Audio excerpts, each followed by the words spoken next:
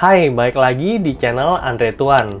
Hari ini saya ingin cerita tentang pengalaman dan hasil investasi di Coinworks Peer-to-Peer Lending. Saya udah pakai platform Coinworks ini sejak 6 September 2020. Jadi udah sekitar 2 tahun, dan pada hari ini saya ingin cerita tentang plus minus dan gimana nih caranya berinvestasi di Coinworks Peer-to-Peer Lending bagi kamu yang tertarik untuk coba diversifikasi portofolio kamu. Jadi selama ini, untuk tracking hasil investasi, saya membuat Excel di Google Drive. Terlihat bahwa total modal yang saya setorkan di platform Coinworks itu mencapai Rp71.243.215. Tentunya ini nggak sekaligus ya, tapi saya nabung rutin per bulan. Jadi setiap bulan itu saya nabung sekitar 2-3 juta rupiah per bulannya. Dan nggak kerasa setelah 2 tahun, net asset value atau NAV dari portofolio saya di Coinworks mencapai Rp7.694.576. Untung Rp7.451.361 atau berkembang 10,46%. Sebuah hasil yang sangat lumayan untuk kita yang berinvestasi di peer-to-peer lending kredit produktif.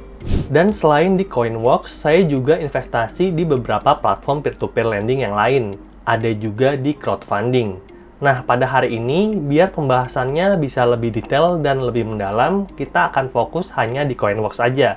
Untuk pembahasan tentang platform peer-to-peer lending yang lain, akan saya bahas di video yang terpisah. Jadi buat kalian yang tertarik dengan pembahasan yang kayak gini dan belum subscribe channel ini, boleh klik tombol subscribe dulu dan jangan lupa nyalakan lonceng notifikasinya untuk mendapatkan informasi terupdate dari channel Andre Tuan. Pertama-tama kita bahas dulu tentang apa itu peer-to-peer lending. Jadi peer-to-peer lending itu bisnis prosesnya mirip banget dengan bank konvensional. Nah, pastinya kalian udah mengenal dong yang namanya bisnis proses bank. Misalnya saya pakai contoh Bank Mandiri. Di Bank Mandiri itu kan kita bisa menyimpan dan meminjam uang. Dan produk simpanan di Bank Mandiri itu sendiri ada yang namanya tabungan, ada deposito, ada ori, ada obligasi. Dan ketika kamu menyimpan uang di bank, tentunya kamu akan mendapatkan bunga atas simpanan tersebut.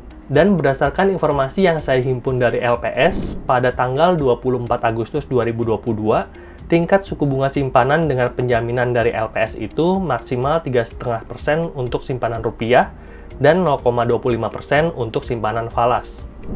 Nah, itu adalah sisi pertama dari sebuah bisnis proses bank. Ada orang yang punya kelebihan uang dan ingin simpan uangnya untuk mendapatkan bunga. Di sisi yang lain, ada orang yang butuh uang dan ingin meminjam uang dari bank. Dan kita tahu bahwa produk pinjaman di bank itu kan banyak banget. Ada mungkin orang yang butuh pinjaman kredit tanpa agunan. Ada juga yang butuh kredit kendaraan bermotor. Atau mungkin ada juga yang butuh kredit kepemilikan rumah atau KPR. Dan kalau kamu pinjam di bank, itu kan pastinya nggak gratis ya. Bagi setiap pinjaman, itu ada bunga 11-15% per tahunnya. Selisih antara bunga simpanan dan bunga pinjaman itulah yang menjadi keuntungan dari bank. Dan belum ditambah lagi, ada beberapa biaya lain yang menambah tingkat keuntungan dari bank tersebut. Misalnya aja biaya administrasi, biaya provisi, dan juga biaya notaris. Beberapa biaya tersebut akan menambah tingkat keuntungan dari bank tempat kita meminjam uang. Dan cara kerja dari peer-to-peer lending itu sangatlah mirip dengan bank. Dia ada di tengah-tengah, mempertemukan antara orang yang butuh uang, yang butuh pinjaman uang, dengan orang yang punya kelebihan uang dan mau meminjamkan uangnya. Tapi di tengah-tengahnya bukanlah bank, melainkan aplikasi peer-to-peer lending. Nah, mungkin sampai di sini ada beberapa dari kalian yang bertanya, kalau bisnis prosesnya sama dengan bank, kenapa ada orang yang mau naruh uangnya di peer-to-peer lending? Apakah ini aman? Apa sih kelebihan dari peer-to-peer lending dibandingkan dengan naruh uang di bank? Jadi, peer-to-peer lending itu sudah resmi diatur dan diawasi oleh Otoritas Jasa Keuangan lewat Peraturan OJK Nomor 77/POJK.01/2016.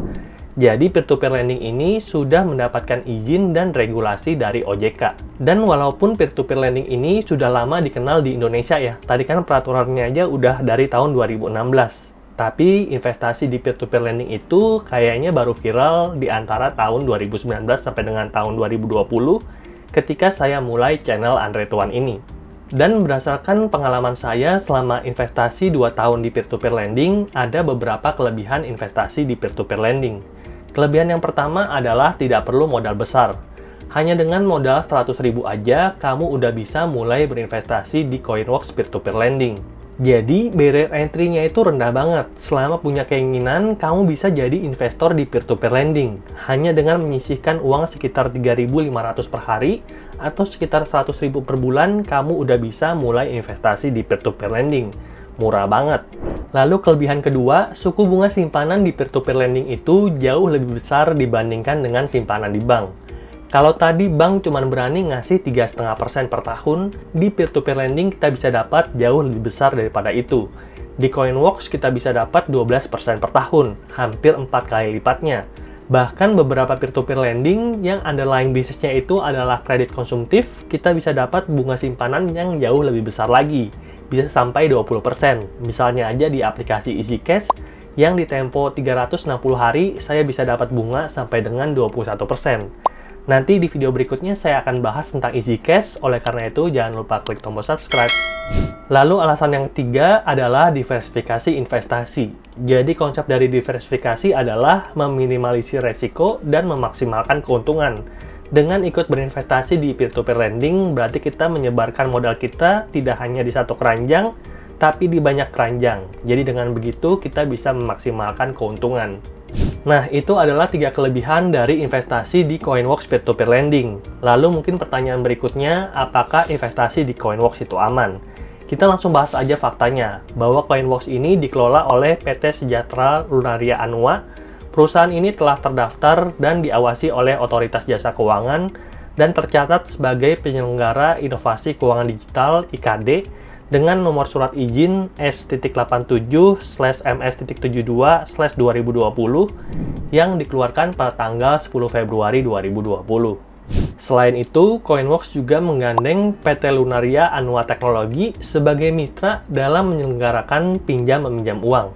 Nah, PT Lunaria Anua Teknologi ini juga sudah mendapatkan izin dengan nomor surat KEP-125/D.05/2019 yang dikeluarkan pada tanggal 13 Desember 2019. Jadi, berdasarkan fakta ini, kita bisa yakin bahwa Coinworks itu sudah terdaftar dan diawasi oleh OJK. Lalu, buat kamu yang tertarik untuk investasi di Coinworks peer-to-peer lending, itu caranya gampang banget, cuman ada 2 proses ya. Yang pertama kita top up dulu, baru bisa investasi. Nah, layar handphone saya bisa kamu lihat di samping sini, dan terlihat Coinworks Fintech Account. Ada saldo nganggur sebesar Rp50.376, dan ada saldo yang udah teralokasikan untuk investasi, itu sebesar Rp68.600.000. Nah, saldo nganggurnya kan cuma Rp50.000 ya, padahal minimum investasinya di Coinworks itu adalah Rp100.000. Jadi kita perlu menambah saldo dulu. Caranya tinggal gampang banget, kita klik yang Add Balance. Berikutnya, Coinworks Fintech Account balance-nya Rp50.376,34. Kita klik aja. Selanjutnya ada beberapa pilihan. Kita bisa transfer ke BCA, CMB Niaga, Bank BRI, Mandiri, Teller, ataupun kalau dari luar negeri, kita bisa transfer atau pilih yang UOB Indonesia. Saya pilih untuk top up via Bank Mandiri. Berikutnya akan keluar Mandiri Virtual Account Number.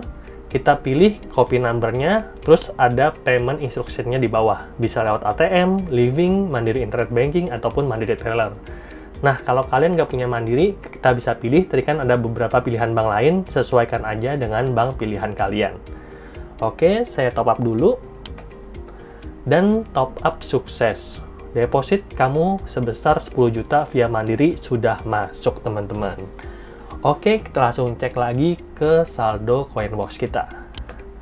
Nah, saldonya udah meningkat ya, dari 50.000 jadi 10.050.000. Ya, cukup banyak ya. Kebetulan lagi ada rezeki, jadi saya bisa top up sebesar 10 juta. Nah, berikutnya, kalau misalkan kita udah top up, kita masuk ke tahapan berikutnya, caranya investasi di Coinworks peer-to-peer lending. Dan buat kamu yang pengen investasi di Coinworks peer-to-peer lending, itu ada beberapa pilihan aset. Ada Coin Robo, Coin P2P, Coin Gold, dan Coin Bond. Untuk Coin Bond sendiri, saya itu nggak tertarik ya sama obligasi. Kalau Coin Gold, saya nggak investasi di Coinworks, saya belinya emas antam fisik. saya beli di Emas Antam, di butik Antam. Saya udah bikin juga videonya buat kalian yang tertarik untuk beli emas Antam dan bisa dikirim ke seluruh Indonesia resmi dari PT Antamnya langsung. Udah saya upload di video ini, linknya saya taruh di kolom deskripsi. Lalu kalau koin P2P, saya awal-awal di sini sih, karena tingkat suku bunganya itu gede banget, 20% lebih. Tapi default rate-nya itu juga gede banget teman-teman, banyak kredit saya yang macet, dan oleh karena itu saya udah nggak tertarik lagi nih di koin P2P. Saya lebih suka yang koin Robo. Tingkat suku bunga simpanannya itu lebih rendah kayak gitu ya, tapi dia lebih pasti dan dijamin 100% oleh asuransi. Oke, kita pilih aja yang koin Robo. Nah, di sini ada beberapa pilihan best performing, Robo Prime, dan Robo Pro. Untuk yang versi 1 bulan, itu kita cuma dapat bunga 5% dan minimum fundingnya adalah 100.000. Tiap produk itu dia ada penjelasannya masing-masing, tapi saya biasanya pilih yang best performing untuk mendapatkan tingkat keuntungan yang maksimal, dan saya ubah temponya jadi 12 bulan. Karena kalau semakin panjang temponya, itu semakin tinggi juga rate-nya. Kita coba lihat contohnya sebagai berikut ya.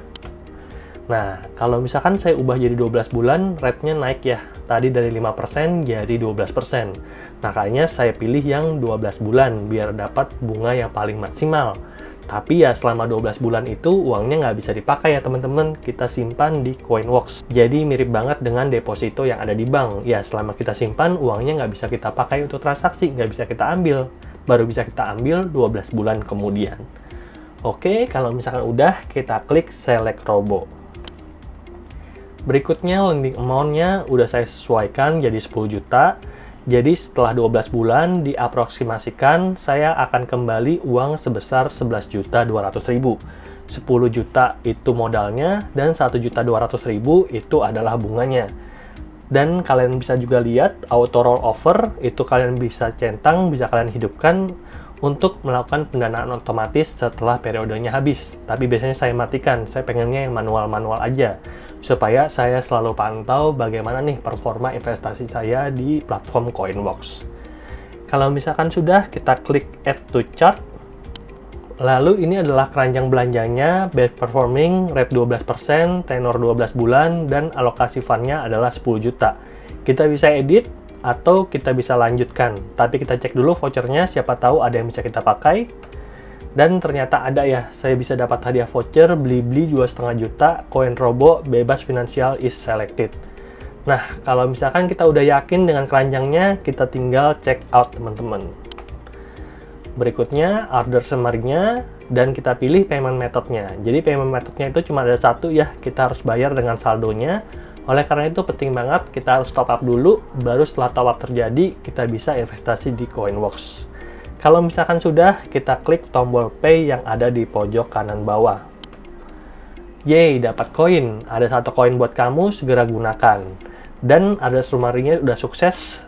Saya udah nyimpan 10 juta di koin Robo ini. Lalu kita bisa kembali ke halaman homepage dan kita bisa lihat bahwa saldo nganggur saya balik jadi 50.000, tapi uang yang dialokasikan untuk investasi meningkat dari 68 juta jadi 78.600.000. Sampai di sini proses investasi kita selesai dan tinggal kita pantau bagaimana nih hasilnya di tahun depan. Oke, mungkin segitu dulu aja cerita saya tentang pengalaman dan hasil investasi saya di Coinworks. Ada nggak nih dari kalian yang udah pernah nyoba investasi di Coinworks? Boleh ceritain pengalaman kalian di kolom komentar ya. Semoga kalian suka dengan videonya, jangan lupa like, share, dan subscribe channelnya. Sampai jumpa di video berikutnya. Bye!